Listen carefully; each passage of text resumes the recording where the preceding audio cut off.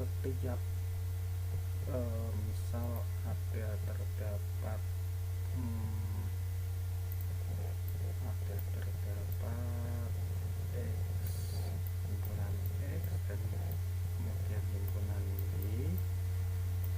Di sini vertek-verteknya mas antara X dan Y memiliki satu masing-masing penjodohan. Kemudian di sini ada yang tidak terdapat penjodohan.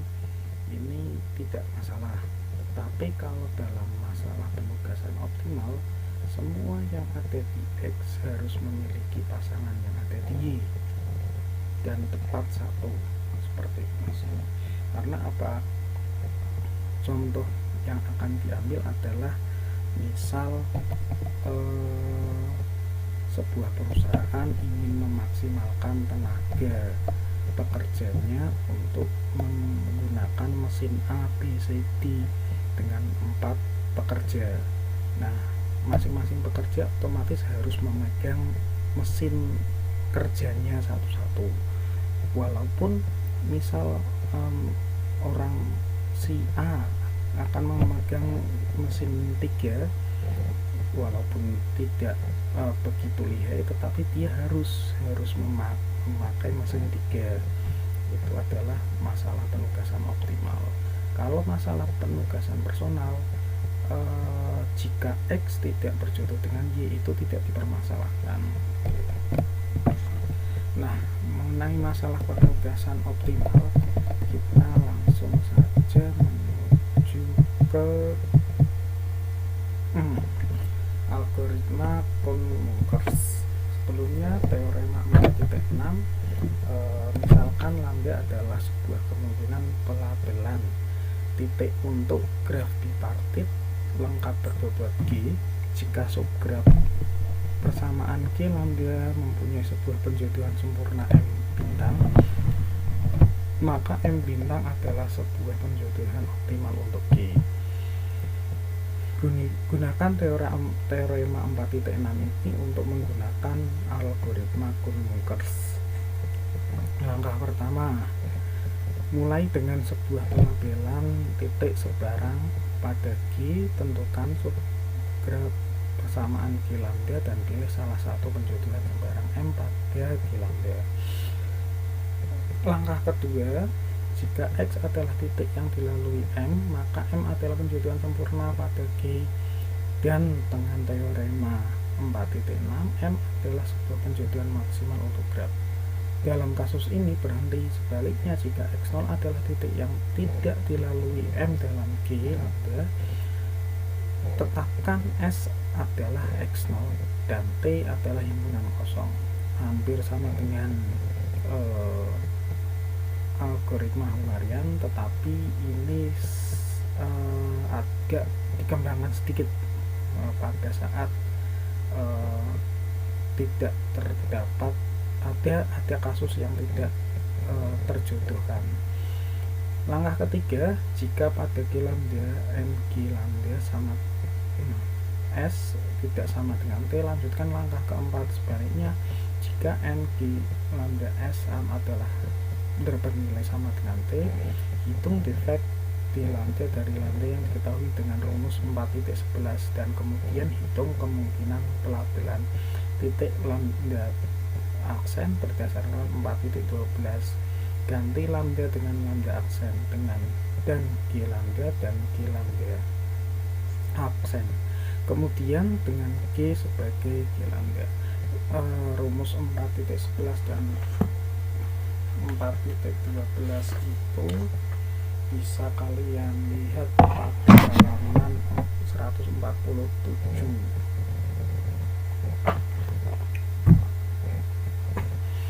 Kemudian untuk langkah keempatnya, pilih sebuah titik Y dalam N G lambda yang tidak pada T dalam metode Hungarian. Perhatikan Y adalah titik yang dilalui M dengan dalam G atau tidak. Jika Y adalah titik yang dilalui M dengan yes, Y anggota M, gantikan S dengan S gabungan Z, dan T dengan T gabungan Y, dan kembali ke langkah 3. Jika Y adalah titik yang tidak dilalui M, andaikan P menjadi lingkaran tambahan M dari X0 ke Y, dan gantikan M dengan memindahkan sepanjang P dari M. Kemudian kembali ke langkah 2. Contoh. Nah, terdapat sebuah mesin toko mempunyai 7 mesin pengebor Y1 sampai Y7. Pada hari tertentu, pekerja X1 sampai X7 datang dan membutuhkan pengeboran. Keuntungan yang diinginkan untuk setiap pekerjaan XI pada setiap mesin YI akan diberikan matriks 7x7, di mana anggota IJ WIJ ini adalah keuntungan dari pekerjaan XI yang diselesaikan pada setiap mesin YI. Gambarannya seperti ini. Kemudian karena masalah ini harus memiliki jodoh atau penjodohan atau matching satu-satu, maka ilustrasinya akan bermula seperti ini. Nah, perkara kemudian X1 akan berjodoh dengan siapa, kita bahas dengan seksama berikut ini. Graf G, matriksnya 7x7 mempunyai 5040 penjodohan sempurna yang berbeda. Nah, jika gunakan algoritma Cook-Munkers pada G untuk menyelesaikan masalah manajer tersebut, langkah pertama kita gunakan kemungkinan pelabelan dengan titik lambda yang didefinisikan 4.8. YI nya adalah 0 untuk semua J antara 1 sampai 7, XI maksimal WIJ antara 1 sampai 7, tetapi tidak boleh 1 dan 7. Untuk kemudian I adalah 1 sampai 7. Secara khusus lambda XI adalah nilai maksimum setiap baris I dari matriks W. Kita tulis matriks W dengan elemen maksimum setiap baris yang tercetak tebal. Nah, maksudnya adalah ini kita tulis ulang, terus kemudian kita labeli di sini adalah sebagai lambda XI, yang di sini adalah lambda YI. Nah, untuk lambda YI, karena lambda YI adalah 0, maka di sini semuanya bermula 0 semua. Sesuai dengan algoritma Cook-Munkers. Kemudian untuk penggunaan lambda XI dipilih elemen baris yang memiliki nilai maksimal. Dalam hal ini baris pertama adalah 5. Oke, ditulis 5, dan kemudian pada baris ini juga harus dicetak tebal sebagai pembeda bahwa ini adalah nilai maksimalnya. Baris kedua adalah 7 sama, baris ketiga adalah 2, baris keempat adalah 4, baris selanjutnya adalah 3, baris keenam adalah 8, baris ketujuh adalah 4. Oke. Nah, setelah ini kita korespondensikan dengan anggota W bercetak tebal dengan memberikan pasangan titik-titik XI, YI, dan yang mana lambda XI ditambah lambda YJ sama dengan WIJ. Nah, kita ambil subgraf yang kasus tadi menggunakan pada graf dengan 4.22 pada penugasan personal. Tetapi A1, A2, B1, B2 kita ganti X1, X2 dan Y1, Y2. Tadinya kan A1, A2 sampai A7, ini B1, B2 sampai B7. Nah, sekarang kita gantikan dengan X1 dengan Y1. Kita pilih penjodohan M untuk G alpha yang memberikan oleh sisi arsiran, lalu korespondensi ini seperti pada penjodohan yang ditunjukkan pada gambar 4.32. Nah, yang pertama adalah kita tentukan langkahnya terlebih dahulu, bahwa langkahnya adalah 23, 43, 43. X tidak melalui M. Gunakan metode Hungarian G alpha. Kita tentukan subsetnya S adalah X1, X2, X7 dari X dan subset T Y2, Y3. Nah, kenapa pertanyaannya seperti ini? Kenapa ini X1, X2, X7 dan ini adalah Y2, Y3? Nah, kita lihat terlebih dahulu X1, X2, X7. X1, X2, X7. Oke. Kemudian T-nya adalah Y2, Y3.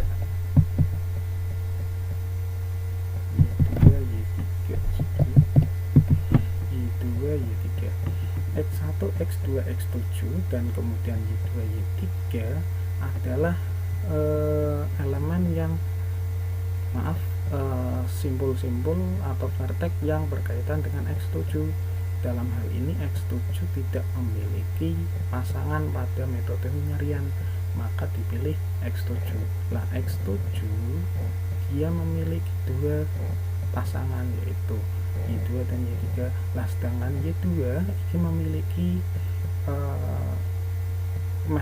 matching dengan X1, Y3 memiliki matching dengan X2, maka dipilih X1, X2 dan X7. Kemudian Y-nya adalah Y2 dan Y3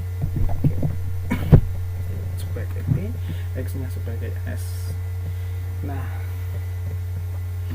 dari Y sehingga NGS sama dengan T, sehingga hitung defek alfa lambda menggunakan rumus 4.11. Nah, rumusnya adalah seperti ini. Untuk menggunakan rumus ini kita patokannya adalah matriks ini.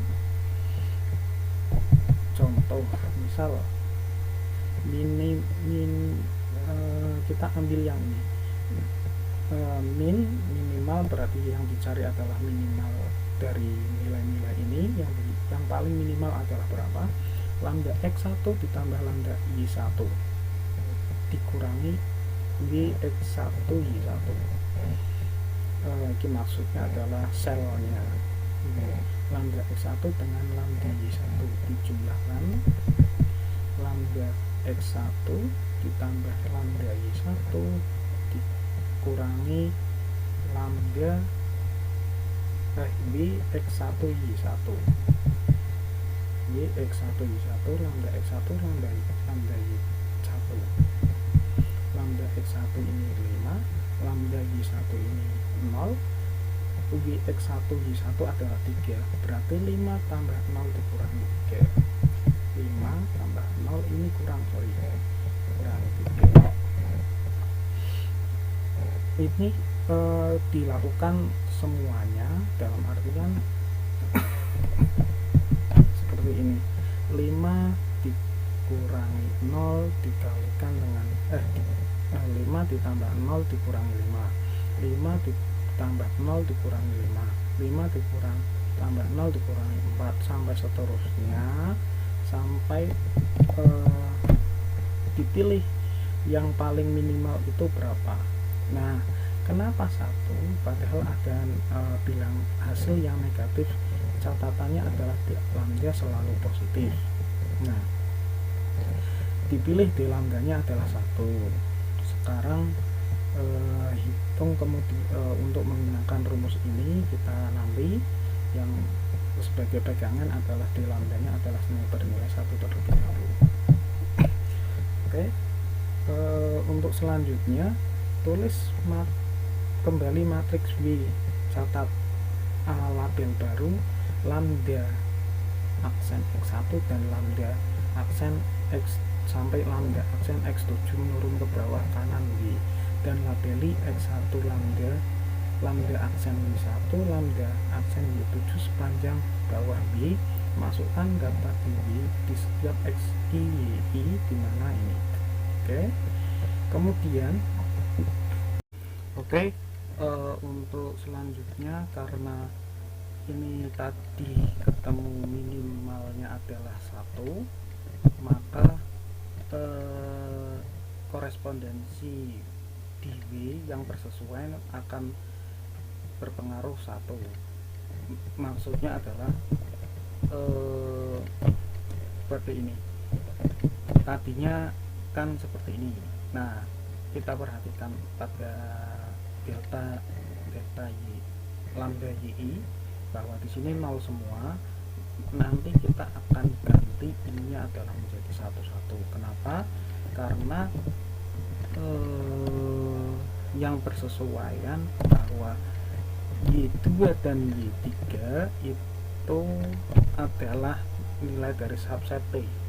Nah, subset T ini yang akan kita ganti menjadi 1. Untuk yang lain masih tetap 0. Nah, untuk yang X lambda aksen XI, karena di sini yang tertera adalah X1, X2, X7, maka yang tadinya 5, 7 dan 4 sekarang dikurangi 1 menjadi 4, 6 dan 3. Catat bahwa untuk yang lain masih sama. Catat bahwa seperti yang diklaim sebelumnya, subgraf persamaan baru G lambda memuat perjodohan M dari subgraf persamaan sebelumnya, dan juga pohon bergantian M yang berkorespondensi dengan S sama dengan X1, X2, X7 dan T adalah Y2 dan Y3 seperti ditunjukkan pada gambar 4.32. Namun dalam G lambda baru, M G lambda S adalah Y2, Y3, Y4, Y6, Y7.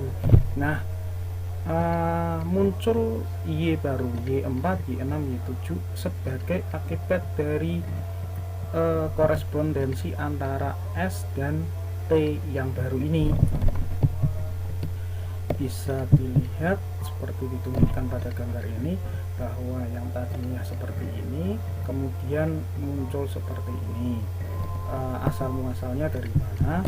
Sekarang kita lihat terlebih dahulu.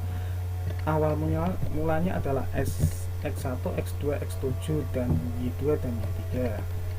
Oke. X1, X2 dan X7, kemudian Y2 dan Y3. Nah, pada X1, X2 dan X7 sebagai X0 di sini. X0 nya adalah X7. Oke. Karena X0 nya adalah X7 dan di sini dikaitkan dengan Y2 dan Y3, maka muncul Y6 di sini. Nah, Y6 ini muncul dengan sendirinya dikarenakan sama dengan Y2 dan Y3, bahwa di sini adalah penjodohan tetapi belum matching, berkorespondensi tetapi belum matching, belum garis putus-putus dalam hal ini. Nah, ini akan muncul Y6. Nah, kemudian pada X1 itu akan setelah Y7 berhubungan dengan Y2, dia akan berkorespondensi dengan X1. Nah, kemudian pada X1 ini akan munculkan Y4 untuk kemudian menuju matching X4. Kenapa tidak dipilih Y3 lagi? Karena Y3 sudah ada. Nah, maka dipilih Y4. Nah, dari X1 menuju Y4. Oke. Nah, dari Y4 ini muncul lagi X4. Nah, ini dia sebagai vertex baru di sini. Oke. Karena NG lambda S tidak sama dengan T, pilih Y sama dengan Y4. Y4 ini kemudian sama dengan T. Nah, T-nya masih Y2 dan Y3, dipilih Y4 nya. Y4 yang berada dalam MG lambda S tetapi tidak di T, karena Y4 adalah titik yang dilalui M. Pohon bergantian H menjadi gambar 4.32D.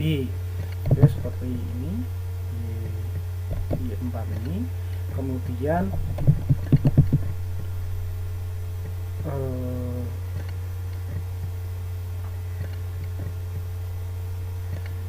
S-nya adalah X1, X2, X4, dan X7, dan T adalah Y2, Y3, Y4. Nah, langkah ketiga, karena NG lambdanya S belum sama dengan T, dalam hal ini Y2, Y3, Y4, Y6, dan Y7, seperti tadi, Y2, 3, Y4, Y6, Y7, dan Y4 sudah dipakai pada langkah keempat. Nah, pilih Y-nya adalah Y6. Setelah Y4 dipilih Y6 yang berada pada Y ini tetapi tidak pada T. T-nya masih Y2, Y3, Y4. Oke. Karena Y6 adalah titik yang dilalui M bergantian dengan H menjadi pohon bergantian H menjadi gambar 4.32C. Nah, ini Y4 ini kemudian akan dilalui X4.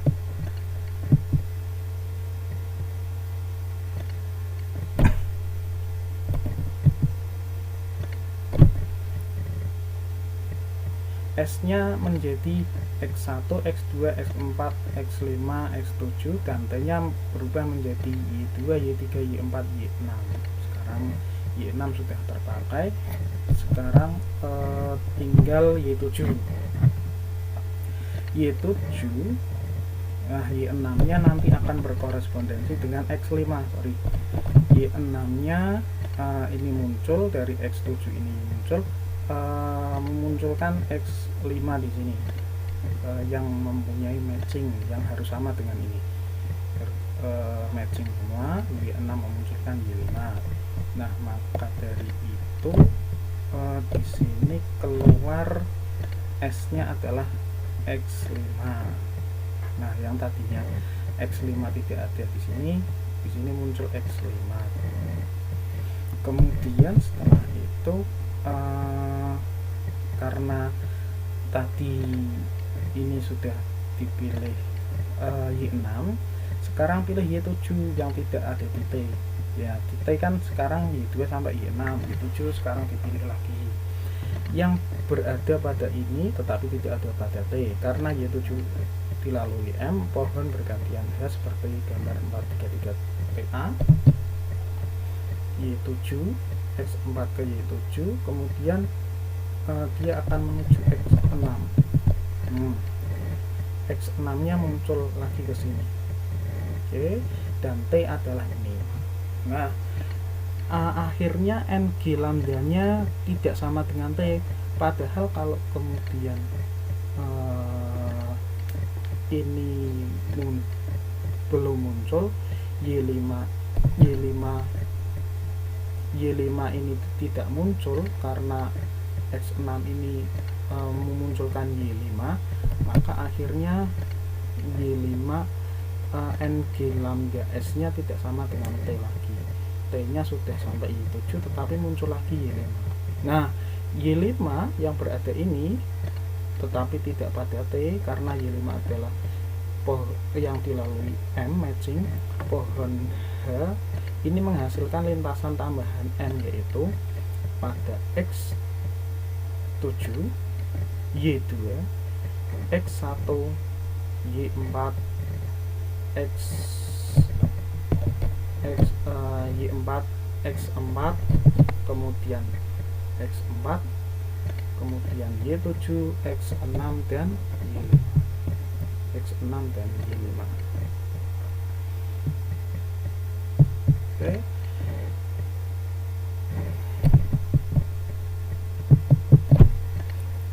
Kemudian gantikan M dengan pemindahan sepanjang T dari M untuk memperoleh penjodohan baru M yang seperti ditunjukkan pada gambar berikut. Nah, kalau pada metode Hungarian Y5 dan X7 tidak ada jodohnya. Nah, sekarang pada metode ini Y5 dan Y7 memiliki jodoh masing-masing, tetapi bukan kemudian Y5 akan dipasangkan dengan X7, melainkan dengan metode ini muncul sebuah lintasan baru yang tidak sama seperti pada awal bentuk graf ini terbentuk. Oke. Dan langkah keduanya adalah X adalah titik yang dilalui M oleh penjodohan baru, maka M adalah penjodohan yang sempurna dari G lambda, dan M adalah penjodohan optimal untuk G. Matching ini sudah optimal dari bentuk G. Nah, pada akhirnya kita kembali lagi ke bentuk matriks awal tadi, bahwa X1 matching dengan Y4 yang memiliki nilai 4, yaitu keuntungan 4, X2 adalah Y3, X3 adalah Y1 dengan keuntungan 2, dan seterusnya sampai X7 matching dengan Y2 dengan nilai 4. Nah, sekarang kita bisa melihat bahwa dengan keuntungan maksimum diperoleh seperti ini. Untuk slide-slide selanjutnya itu sebatas tambahan, bisa dibaca sendiri. Yang terpenting adalah kita memahami bahwa penugasan